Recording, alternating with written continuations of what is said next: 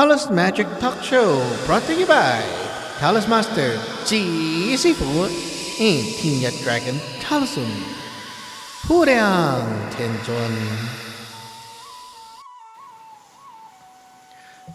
Welcome back to the show. This is your Sifu right here. Welcome back, everyone. And today we have a super exciting topic again, because today's topic is actually inspired by our fans who are listening to the show, and they provided some ideas, and I put them into one pot and brew up this new episode.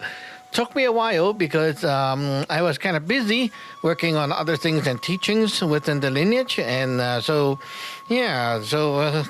thanks for waiting. So what is the topic? Well, we already know, because you know the title is, how did magic come to this world?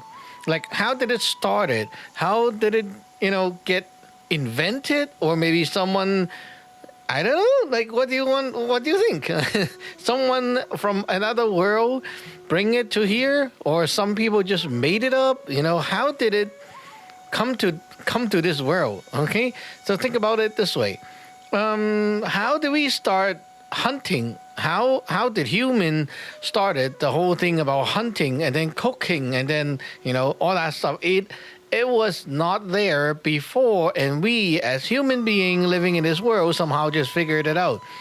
Well, yeah, how come we figured out how to build houses?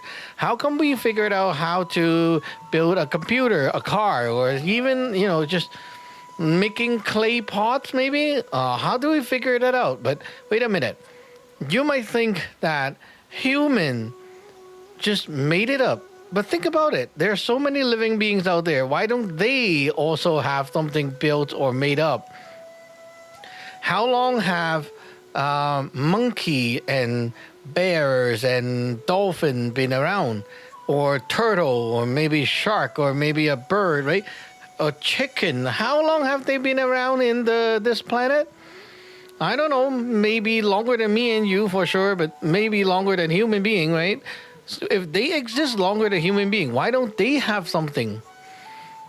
I mean, they don't even make anything like how humans have been making new stuff. We invented a lot of technologies. We invented a lot of stuff that is very out of this world, you can say, right? Like, we're not born with it, but we somehow just got it. We got the idea of making like net, and then we can fish, and we made weapons, and weapons was not there before us, right? And somehow we got the idea of making arrows, and we can shoot them out, and later on, of course, you got guns as well.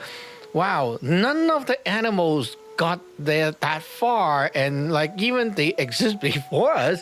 You don't see like ants building up their own Wi-Fi network, and then you like got on the internet and the ants are like, hey, what are you doing? I am inside your bedroom. Right? They cannot text you. They don't even cook. I mean, they just take the food and put it in their mouth, chew it, and poop it out. And that's what animals do, right? Animals don't have their, you cannot expect to go under the ocean and then you find a lot of fish like that. They were there long before us, billions of years. And now you see the fish, they have like, they have clothing, they have hats, they have like flashlight to illuminate the ocean. They don't have these things, right? Why? Well, this is the amazing thing about nature, right? Nature is not like everyone is equal. I hate people saying that. Everyone is equal, okay? They're so brainwashed, or so, I don't know, influenced by this like Buddhism saying that everyone is equal, all living beings are equal. Holy, like, it's not. Come on, look, we are not equal. You guys, human being here, built houses. We don't see monkey building houses. You say monkey are like, oh, apes and stuff is like before human evolved. Okay, let's see if that is true, okay? Why don't those monkeys or apes even have a hut? They don't even build a hut. They don't even cook. They don't have their own cuisine art. We do. So how are we equal, right? we build things like zoo or, like those pets care and things like that to take care of the animals when they have problems. Right? Oh, the ocean is like, it has some kind of problem, pollution or whatever things. And then human can create things to save those lives out there and fix the problem. We fix like weather problem. We fix this and that problem. We invented so many things to like even save the planet from exploding, right? So look, how are we equal? We're not equal, right? And okay, look, you guys can like have a farm and then raise chickens, and chickens have to like, they have to give birth to their eggs, and you have their eggs, and you can eat the chickens, and you can eat the pig, right? You don't see animals capturing human beings into cages and then like eat the human beings and call that like, we're equal, right? You eat our friends. You eat our relatives. You eat our species. We eat you back. We are equal. We don't even like, there's no like sharks trying to come up here and then mass capture human being down to the ocean and then like capture us and they eat us like, like we're food. We're not equal. Come on. Okay, wake up. We're not equal. Okay, so what's the point about talking about all these, right? Now that leads to why human have magic in our society and how magic started.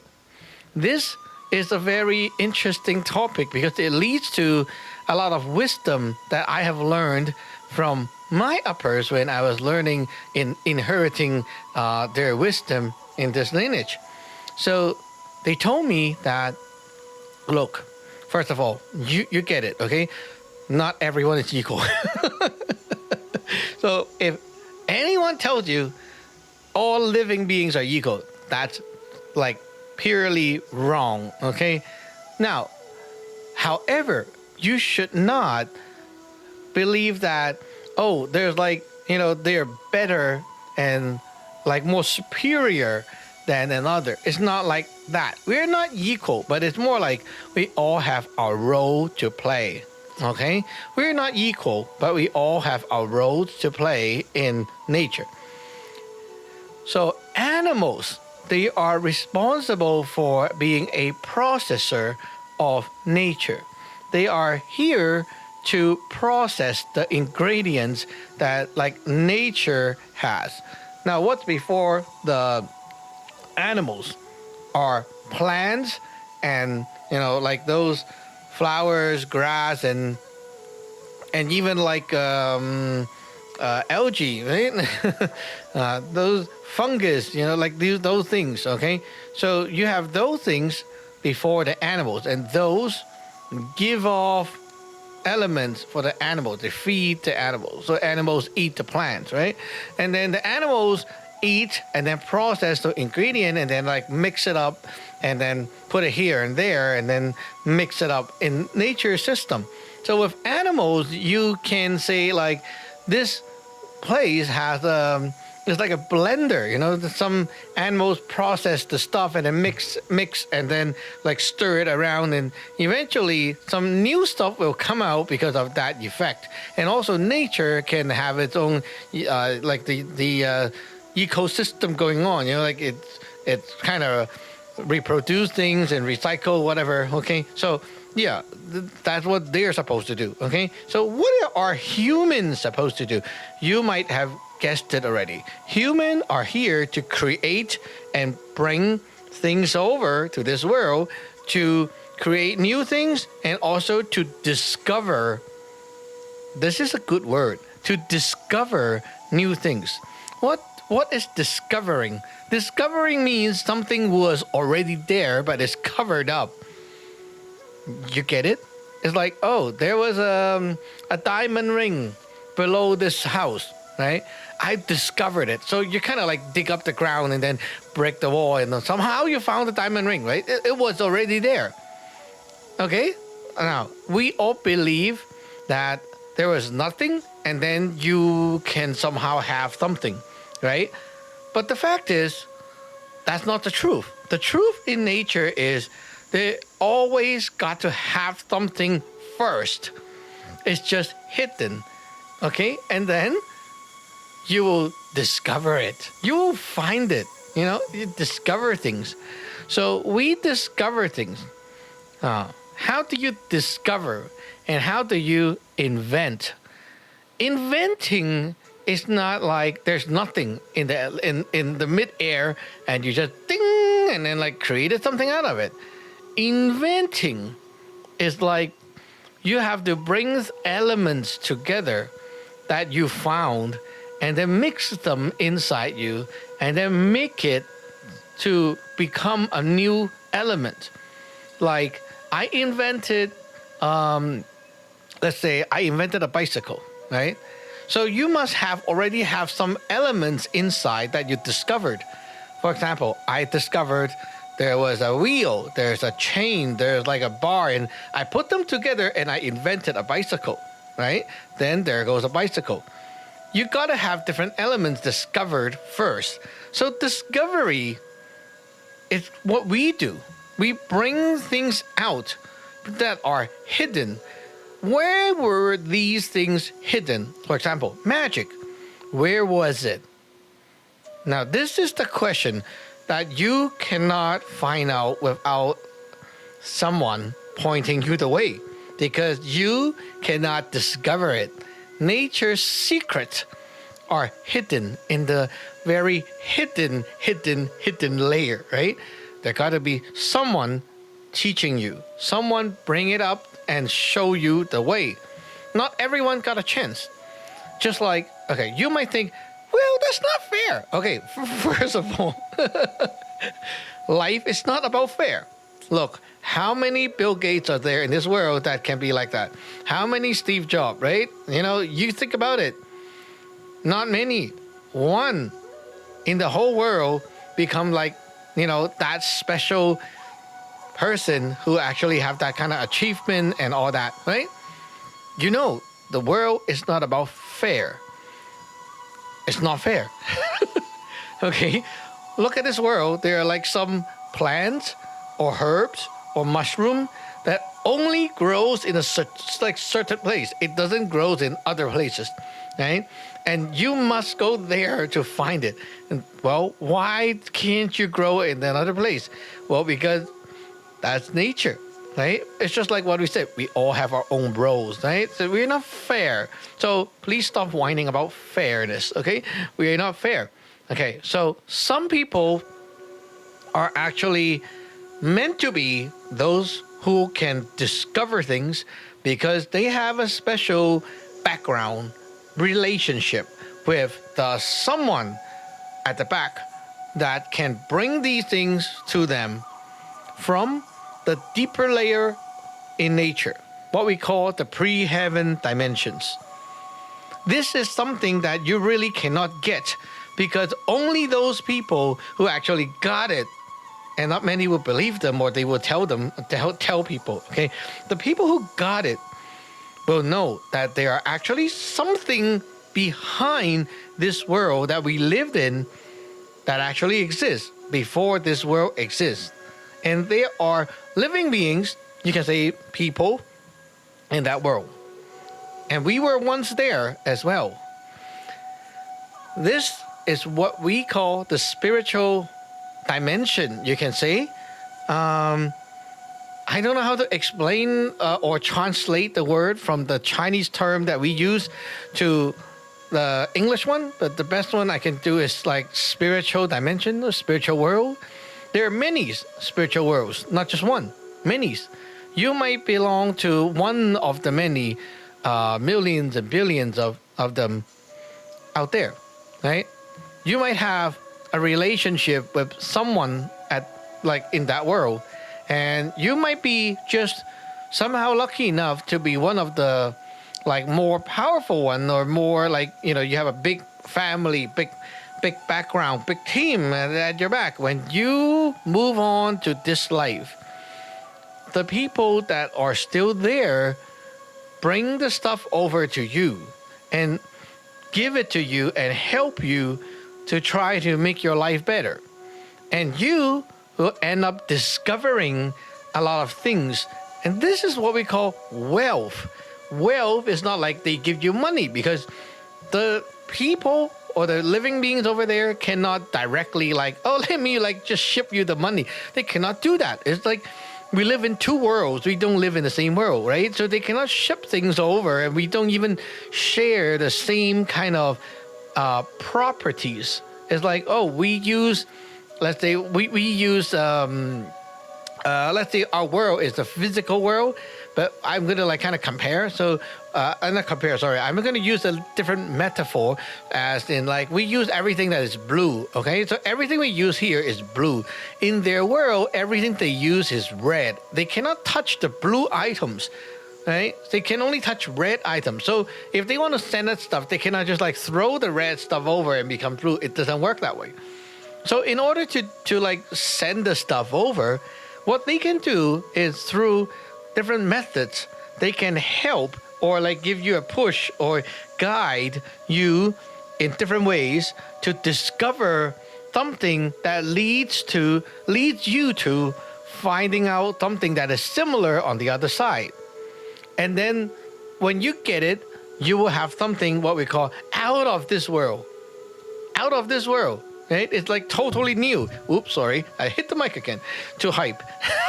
So imagine like there is no okay, let's say this example, okay? In the spiritual world, people can talk to each other from a very far distance away, just like we have a phone today. Okay? But in their world, it's more like one of their natural ability. They can just talk, and then the other side, you know, from far away can listen, and without using any electronics.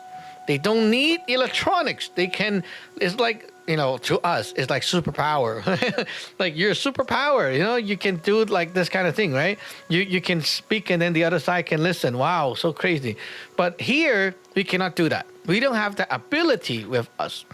But let's say, in the other world, you have that ability, you have that superpower, and it's kind of natural, or like one of our basic ability, okay, in the other world, basic. Not anything like, wow, you know, not like that. You don't need to cultivate for it. It's like you're born with that. You're just born like that, right? So normal. But here, we don't have that power.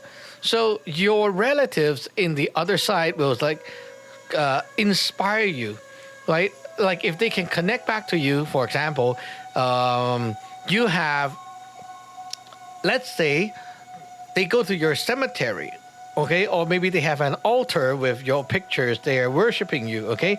So they try to send you a message or tell you stuff. And by doing that, in this world, you receive those help.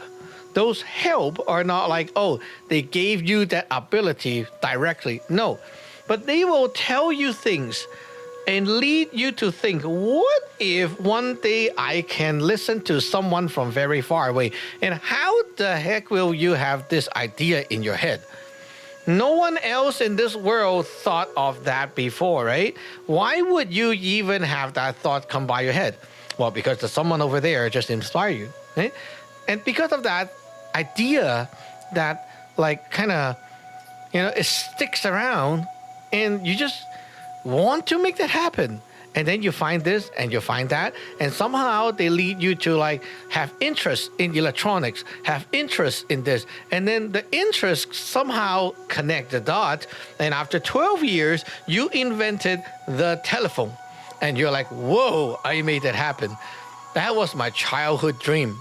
You see, this is how you discover things. It's someone else giving you a push from the other side, which brings you that direction, and you can discover new things. It's very amazing. I mean, look, human being can never imagine themselves flying in the air, right? But there is someone who invented the plane. Like, wow, you can fly like a bird, right? Who would have even like put their mind like that, right? No one will think about that kind of thing. But somehow you, not anyone else, the whole society is not like that. Only you kind of got that idea, right? It's not you. It's the something, the force behind you that is giving you that push to lead you to that direction. And you cannot say, oh, it's not fair because, well, it's like somehow you are born with this background, right? You have a relative there at the back like this. I mean, relatives in the other world, right? Not like this life, okay? So that's why you're different. So that is discovering, right? Invention could be done after you discover a lot of things. So how is this related to magic? Magic, no matter what kind of magic, what religion, okay? Same idea. It's basically something that is just like what I said, okay? Someone discovered the telephone. Someone discovered the airplane. Well, someone became the founder of a magic path or magic religion or whatever, okay? A magic school, right? So that is how it works. It comes from some other people, some other higher beings from the deeper layer, what we call the pre-heaven worlds. It could be world number 1, world number 2, right? It's different worlds. But maybe your religions come from this place and mine come from that place. It's from different places, right? It doesn't mean that yours is better, mine is not, like, not whatever, like which one is better. Okay, it's not about better or not. It's more about, like, you have this telephone, I have airplane. You invented PC, I invented cooking, right? It's like different things that brings to this world. That is how it came to this world. So how did magic come to our world? It's not human that invented it. It's not like human made it up out of nothing. No, it's not. No matter what culture, what religion, it all started from the someone or someone's, the many people from the other worlds that they belongs to or they're rooted from, right? And that is basically how it started. So, can you or we human actually do magic or create magic ourselves without being in a religion or belongs to a religion? The answer is yes, we can, right? It's like asking, well, without going to the cooking school, can you cook? Yeah, you can cook too, right? Okay, it's part of what we can do. But if no one teach you or give you the knowledge or the pointers or the guidance, like what I'm going to do today, you won't get there without, like, you know, maybe like 60 years of like trying to figure it out. Maybe. I don't know how long it would take you, right? But sometimes some people might have some special encounters and they might discover something new, right? And they can get it in one night. Some people, they don't have, and maybe they just keep trying and then somehow they got it, you know, after a long time. It's different for everyone. But then here, I'm going to tell you like a shortcut, right? One lesson of like quickie shortcut to explain to you how the structure, the mechanics of magic, how does it work without the religious part involved, just magic alone in the human, in the living being, kind of, you know, like working within ourselves. Okay, so how does it work? First of all, we got to define what is magic. Okay, without religion, magic is basically using your body's pre-heaven's energies, and like you are cultivating this energy into some kind of container in this world, like to hold on to it, and then you cultivate it. So it's kind of like you use your pre-heaven energy as a seed, and you put them into some kind of object, right? Something physical. So a formless energy goes into a form, a physical form, and then you cultivate it with time energy, and faith. After that, that seed grows like a seed grow into a tree. Then you can basically take those cultivated form of energy and deploy it to things that you need to make things happen that is more like inclined toward the way you want. For example, I'm going to go to interview. I want those people to hire me. You can use those magic power, which is the cultivated form of the energy. You can take those energy and use it on that and then make that happen. But of course, it's not like you have magic, then you don't have to do anything, right? It's not like, oh, I did magic, so my test is going to be perfect. Magic is not like you do magic, then you don't have to work for it. Or you do magic, it must turn out that way. It's not. That is a wrong concept that you get from the movies, like magic can overpower everything. It's not like that. Magic helps. Like in an interview, it helps you to do better. It helps the person who is interviewing you to feel that you are more suited for the job, and you will like have a bigger leverage against other people who are not doing magic. But you still have to be good yourself. Okay, it's like you're trying to sell something. I can use magic to make the sales better, but your product needs to be good. Right? If your product is not good, even like you make people feel better, but they still don't like it because it's not a good product. But if they like it, right, they would like it even more. Or if they're like on the edge of liking, well, it will push them toward the like part a little bit faster. So it helps. Magic helps. And that help actually matters a lot. Because you know what? Let's say you play a game, okay? Right now, I'm always like playing this game with my disciples, Clash of Clans. Still very hot after 10 years, crazy. So this game is about like doing wars, you know, in a war game. You build your clan, you build your town, and then you have war with other clans like that. And during the war attacks, they count by star and percentage. So if you have like more star, you will win for sure. You know, more star than the other guy. But sometimes it's like the same star, and then it's the battle of the percentage. So if we both, like I have 2 star from you and you have 2 star from me, it's now about the percentage. If you have 12, I mean, sorry, not 12. Maybe you have like 78% and I have like 79%, well, I win. Okay, it's about that. Like how many percent did you kill the other town?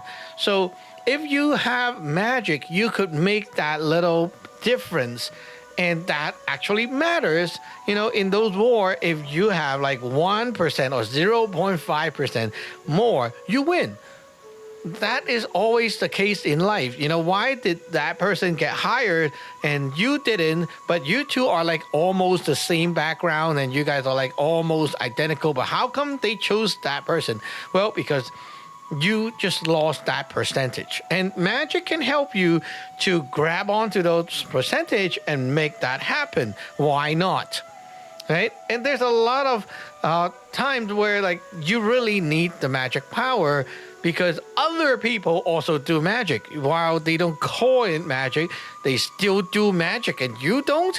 Well, you're on the dumb side, okay? So how did it work? How does it actually work? We're going to now start by like kind of cooking up a little religion, okay? So let's say we're going to like pick a little, we're going to pick a god, okay? Let's like pick a god. Well, who do you want to pick? Maybe let's say Superman, okay?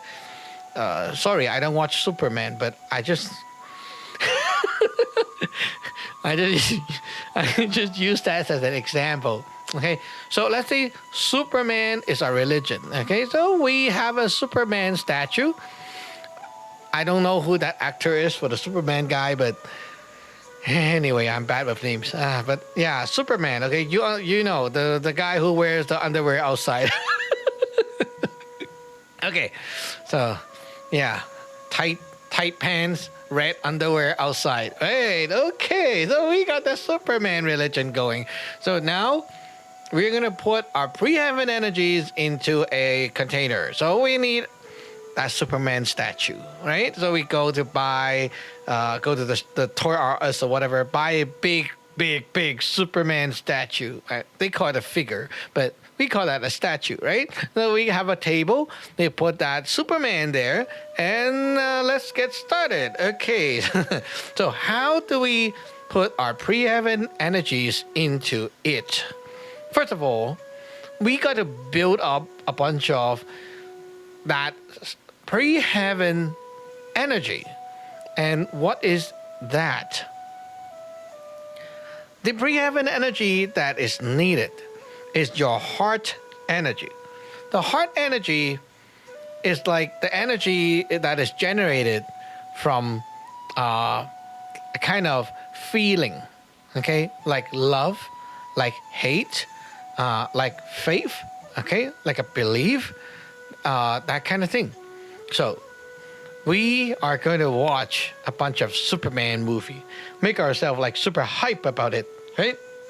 So you have a very good feeling about Superman, right? Superman is like the all-in-one God that can deal with any problem in this world, right? So we believe it. Every day we have a little ritual. We go to the Superman altar and we have to offer something. Let's say we put up some tea or coffee, okay? So every day we serve a cup of coffee for the Superman, and we do a Superman move or dance or whatever, like maybe hold that pose where like you have one fist punch up to the sky kind of thing, and you do that movement and to like greet the Superman every day, right? That's like the way we show respect to the Superman. So every day you continue doing that because you believe that one day Superman will help you when you need the help. You got to believe it without needing the proof or evidence. Because why? Because that is exactly what we call the faith power. Faith, in our definition, is to believe blindly without the need of evidence. It is a purely blind belief, like no need to explain. Like I have faith in my son that he will be okay. But what did he do to like make you believe? Nothing. You have not seen him do it before. You just believe. Okay, that faith.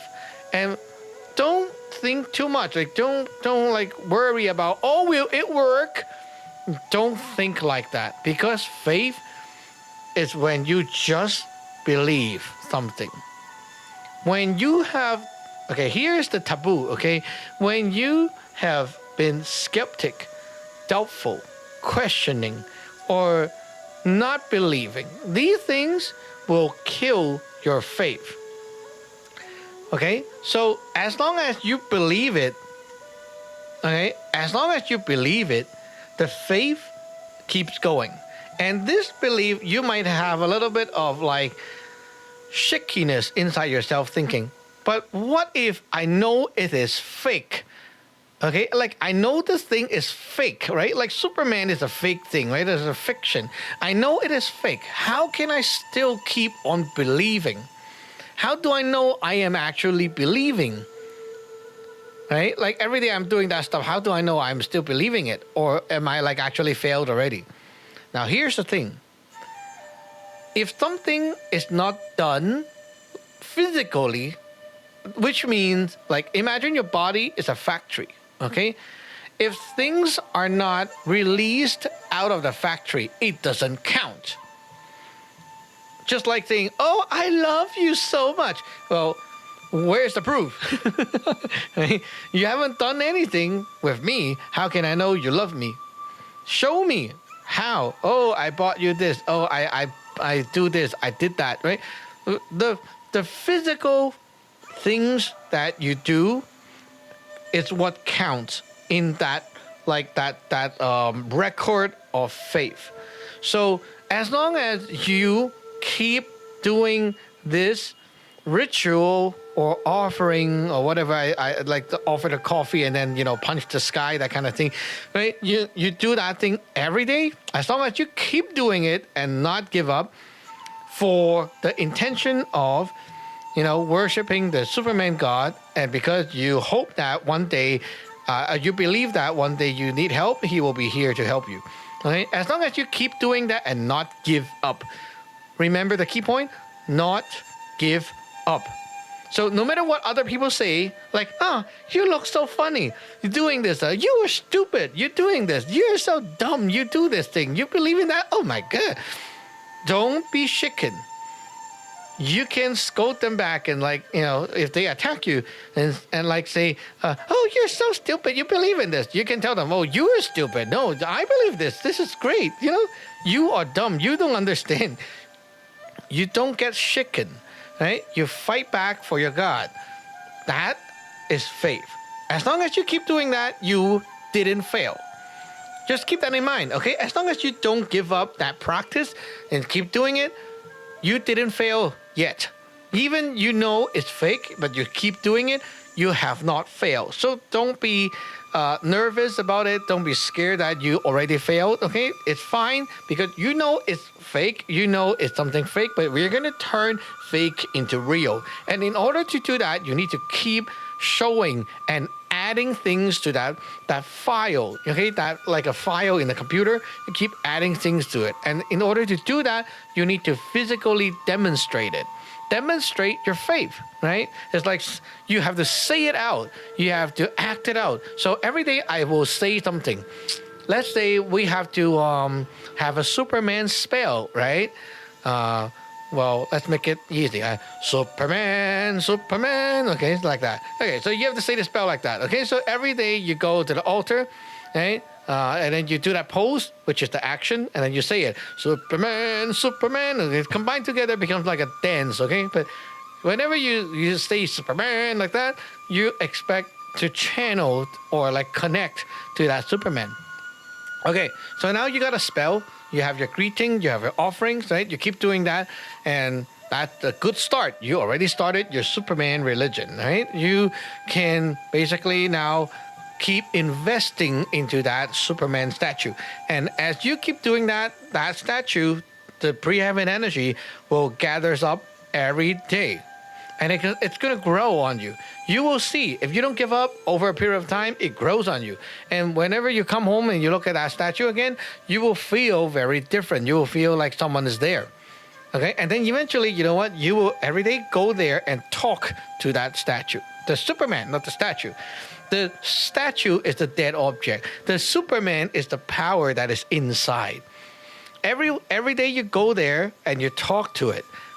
So you like kind of pray to it, right? You close your hands and close your eyes and talk to the Superman, right? And then you're like, oh, Superman, today, I was going to work, and then this bitch was like bullying me, and right? And then you kind of talk, and it's like someone at home, right?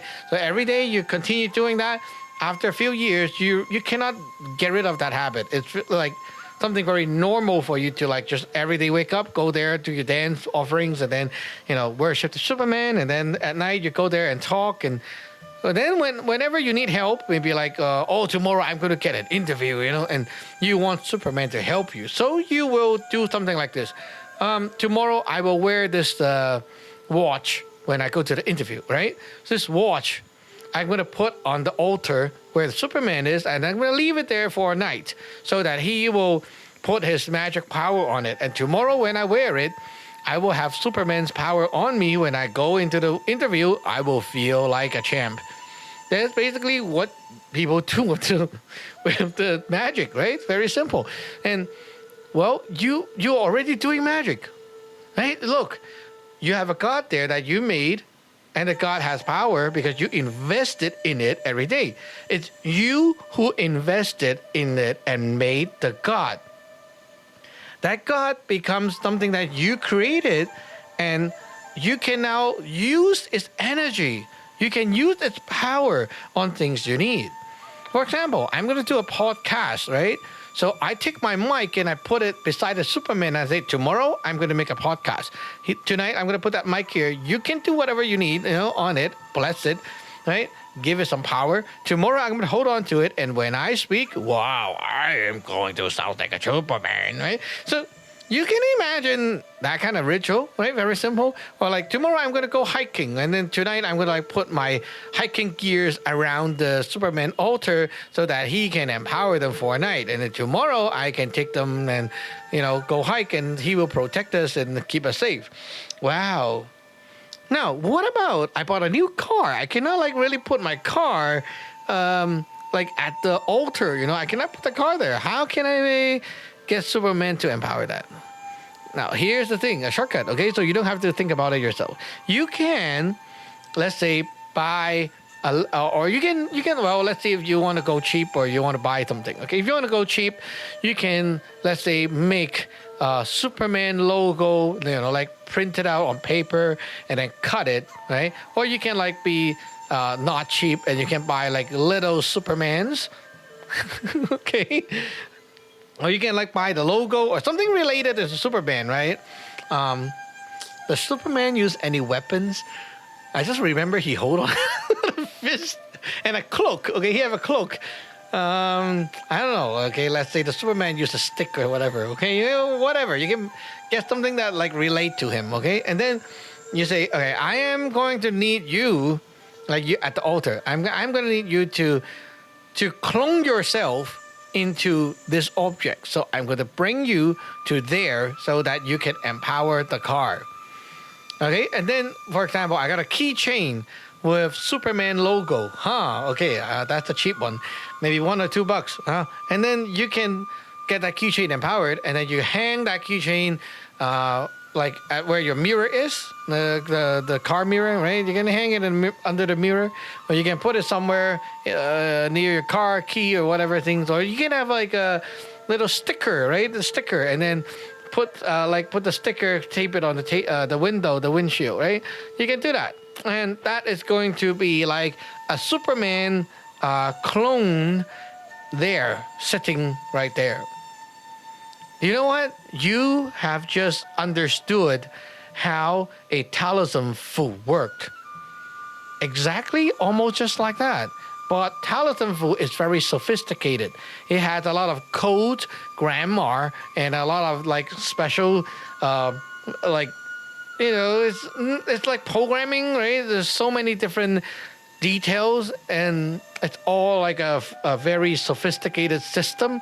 So if you actually learn the Taoism food, it's very interesting and very complicated, very sophisticated. But then now we're like trying to be very simple with the Superman example. So it's more like in general, like that's how you can do it, and you can think of ways yourself. But when you learn it from a system, it's like the way is already there, created. Like someone already created the whole system, you just learn it, right? It's much better because you cannot really understand that much on your own, right? You have limited creativity, and the system is already like, like someone invented the whole programming language, and you just go learn it. Then you can do it, right? Why reinvent the wheel? So yeah, there's no point of like really reinventing like inventing your own god and religion like that if you're just like starting from nowhere. It's easier if like you enter a path, a sect, a religion to learn it from an already developed system, and of course you need someone who can teach you, right?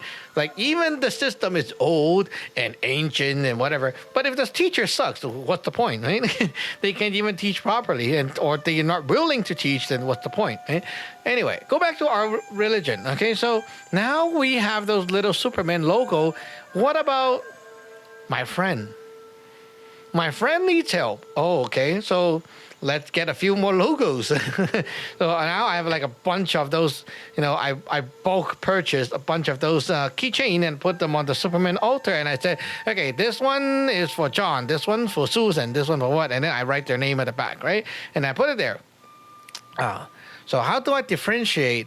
These are the ones that are like They are like magicalized by my Superman and not the ordinary one that you can buy from the store. Okay, here you go. We need a little stamp. Okay, let's go make a stamp. Okay, we'll make a stamp and we'll need a pen. Maybe some paint pen will be nice. Paint pens are like pens, like they're like markers, but they have paints inside. So you can paint over rocks, tiles, and table, whatever things, and they stay there permanently, just like you painted them. Very cool stuff, right? You can buy them from Amazon, art store, things like that. So let's get a paint pen, okay? We have a paint pen. We have a stamp, a Superman stamp. Let's start with that, okay?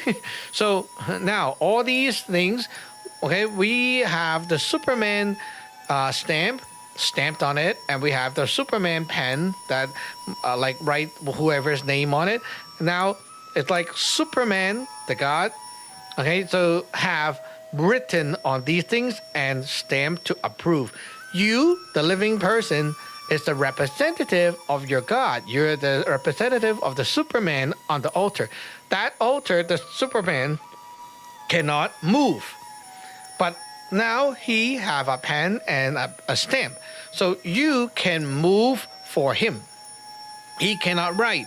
You write for him. So you take the pen and you say, Superman, Superman, Superman, I am going to write for you. And then after you say the spell like that, that means Superman acknowledge you are writing on behalf of him. So you write, okay? Susan, protect, check, check, check, right? Some kind of whatever self-invented code, and then you stamp approved. Okay, so it means that anything that you wrote equals what Superman have wrote, and what you have stamped equals Superman have approved. So now I can even write a foo for my friend. If I don't have those like keychain, I can just take a piece of paper and I say on the paper, right? Protect this person 24/7, and then I stamp it, and then I take it and like show Superman, like this is the thing, the little ticket, and then I give this to my friend. My friend carry this ticket around. It equals to Superman already approved to protect you 24/7, going to take around you 24/7. He just need that piece of paper, and it's going to protect him already because Superman have agreed, and that's like a ticket for Superman to understand. Well, now you know how all that magic works, right? It's about you communicating with the God. Anything that the God have to have a relationship with, like, oh, this is now the Superman's whatever, the Superman's stamp, the Superman's pen, the Superman's spray bottle, whatever, okay? Like, it gotta be made to become his something. We call consecrating it, right? So it becomes his, the God's tool. And then whatever the God's tool touches or interact with, it will have the magical power that, do whatever on it. So let's say, Superman, you will deal with evil spirits. I give you a gun. Sorry, not real gun. I will give you an air gun. Okay, air guns, they shoot out air.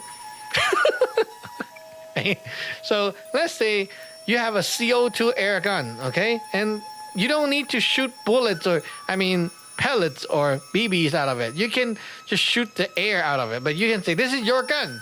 Or you can use a Nerf gun, whatever gun, okay? And say, this is the Superman's gun. And now this gun will kill all evil. Okay?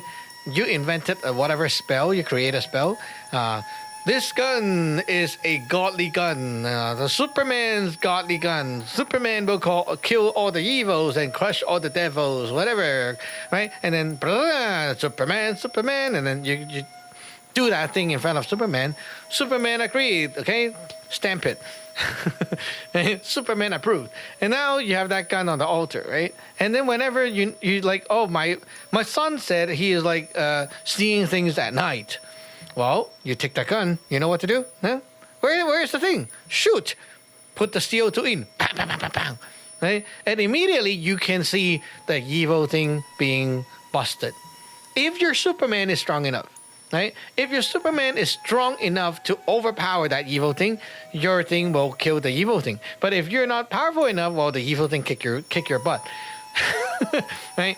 So this is the difference between like, you, let's say you learn under my lineage, and like everything is like already developed for you. So all the gods are not like, oh, you create your own god, right? It's like there's something there already, and you just use that developed power, which is strong enough to deal with the evil thing. But if you have to cultivate your own god, that might take like 40, 50 years to be able to like deal with those evil spirits.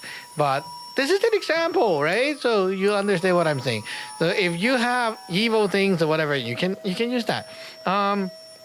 So basically, it's like the God's power is there. You take something and tell the God, this is like a tool. You put your power through that tool to do this, and we're going to use it, right? That's how magic works. So what if I want more money? The last point is like the wealth magic. How do I do wealth magic and like want more money to come in? Well, let me tell you, there's no magic in the world that can bring you money. That's the fact. Wealth magic don't bring money, but you can make more money with those magic. For example, I sell something, like I sell tea leaves, whatever, okay, online. So the magic can help you to boost the sales, to make people like your product more, and then maybe even to have ideas about how to improve your website. That will help to improve the sales. Then you have more money. But there's no magic in the world that can bring you money directly. So, okay, if you're like working with a job that's like 9 to 5 and stable income, and well, if you really want to make more money, you can like have option as working part-time, or you can like change a different job, right? So if you do the magic and you want to change job, you might get fired in order to get a new job, right? Or maybe you will have a new job and then you want to quit this job. Whatever that is, right? But that's how magic works. It helps you to make things happen. So if you want Superman to help you to get rich, as in like more money, you will have to think about how can Superman help you. For example, I need a new job because this job paying too little and I don't like it. I can ask Superman to help me with that. And when Superman is helping, I might be like, suddenly I don't like this job a lot, or maybe I really want to like just somehow quit it, and then it forced me to find a new job. That made that happen. Before I actually requested the help, I'm kind of coward and I cannot really make that move to quit the job and fire myself. I cannot do that. It's like I'm not brave enough or whatever thing that stopped me, but I just cannot do it. After I requested the help from Superman, you just suddenly feel like, my God, I feel like I am so powerful. I just want to fire myself today. And then after that, you got a new job and you're earning a little bit more, and well, the magic is working. Right? So that's how wealth magic works. And you can really, if you're using a Superman god, right? You can just, for example, whenever I need help with this sort of situation, I will say this spell. You just, write a spell, write passage of thing, and then say it all the time whenever you need that kind of help. And Superman will eventually also understand you, and then you can use the spell to, basically you're talking to the Superman, right? And the Superman will answer you back and by helping you. But how can Superman deploy his power to you to help you? That is the trick. The tricky part. Because you can't just say the spell and expect yourself to have the help. Superman can help you, but Superman cannot help you just sitting on an altar right there. It doesn't work that way. So if you want Superman to help you, you got to for example, I need to give Superman a little keychain and then say, put your power here. And I take the keychain and I carry the keychain around with me all the time. Then the power can affect me all the time. Okay, so you need a tool for the power to actually go back on you and affect you. That is the trick. And most people don't understand this. They only think by saying the spell, it will work that way. It doesn't. Saying the spell is you tell someone, requesting some kind of thing from someone, but then how can they deliver that to you? They need a tool. a little thing that can allow them to tag around you, to go to here and there, right? So it's like, I need Superman to help me to, like, this person at work is bullying me. I need to kick his butt, okay? Give him a punishment. Well, how can Superman punish him if he cannot see him? Okay? So let's say I bought a box of chocolate, and then I gave it to Superman God and tell Superman God, you know what, tomorrow your power is going to go into this bottle or this box of chocolate, and then tomorrow that guy eat it, and then I want him to be like that. Well, your Superman God can then deploy his power on the chocolate for like overnight, and tomorrow when you give him that chocolate, you know what's going to happen, right? So that's basically magic. And a lot of people are actually doing this at home without me actually teaching them, because it's kind of natural, right? They might be, for example, in the Asian society, people might have like their own little statue of Gunyam or whatever, right, on the altar. Well, they might not be in like actually learning things, but they could be like, oh, I really, hate this bitch, and then like I'm gonna give her this on her birthday, and then they will put that thing on the altar and keep cursing that person every day until the birthday, and then they give them the gift. That's basically magic as well. So yeah, now you know how magic works, right? So magic, even without religion, it still works, because you are the one that is like investing that faith power, your heart power, into a container, cultivating it, and then like using that power as your magic power onto other things and deploy it here and there to help you to make things go your way or more inclined to your way. The way of making a god and using its power in the specific and professional term in Chinese is called 神功. 神功, okay? Like our stuff here that we teach is called 三羅神功. 三羅 is like the name, okay? Like a brand name, okay? Like Microsoft, Google, okay? Like a name. And 神功 is what we cultivate. We cultivate the God. And here, before I end, this is a very important thing, okay? If you created a God, let's say you actually did, remember that the God can also backfire on you, because why? The God is a mirror image of you. If you don't cultivate yourself and you have some bad characters, the God also will be like that. And so if you're like a cheap ass, the God will be cheap ass on you. If you are a very selfish person, the God will be selfish to you, right? So if you're like very lazy, the God will also be very lazy. Like you don't want to get up and go to work and things like that. You want to be lazy, dreadful. Your God is going to act the same way. And so when you ask for help, your God's like, oh, I don't want to move, like that. Exactly like you. So I always teach my disciple, if you want your magic to work well, you want your God to be good to you, you have to cultivate yourself, because yourself is basically like how the God will be when you actually cultivate the God. No matter you're like in a religion or not in a religion, doesn't matter what religion, if like you pray to Buddha, Jesus, or whatever thing, doesn't matter. If you, the person, is bad, the God will turn into something alike, and you will eat that medicine back yourself. So don't do that, right? Remember, the virtue, the character, everything is very important. You need to have some very good virtues in you to actually cultivate a nice, powerful God that is helpful. Okay, so some tips here. Okay, let's say, remember a few. Okay, loyalty, truthfulness, honesty. Right, these things are very important. Be determined, like their determination. Have faith and forgiving. These things are very important. You don't forgive your enemy, but you're like forgiving, like say, oh, someone, did this by mistake. You can forgive them and, give them a chance. That way, your God will also give you a chance if you did something wrong to the God, right?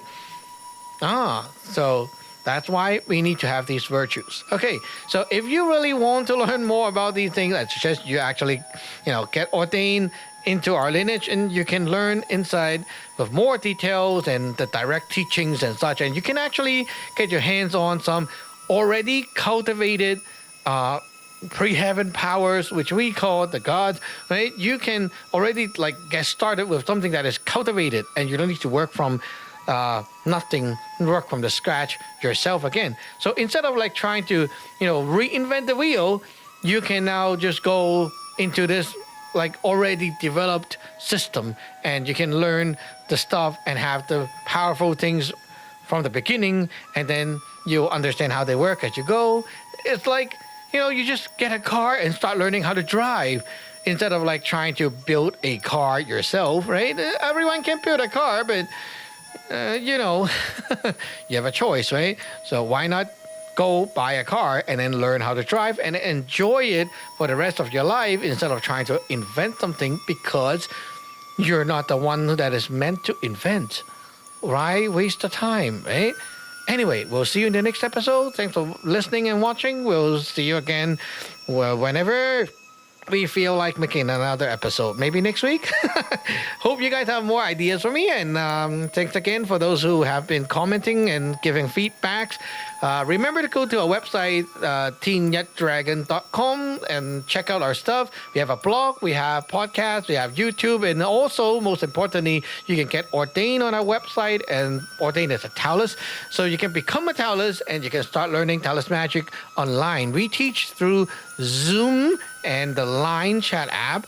So that is really, really handy because you can have real-time audio, video, like teachings, and really cool. Okay, so if you want to learn, and I'm a pretty cool teacher because I explain things really well and clear and in human language so that you can understand without like actually getting yourself brain fried with a lot of like weird terminology, right? You can understand how I am through my podcast. So that's how I am when you enter the Lineage and learn. So yeah, welcome in advance, and we'll see you next time. Bye bye.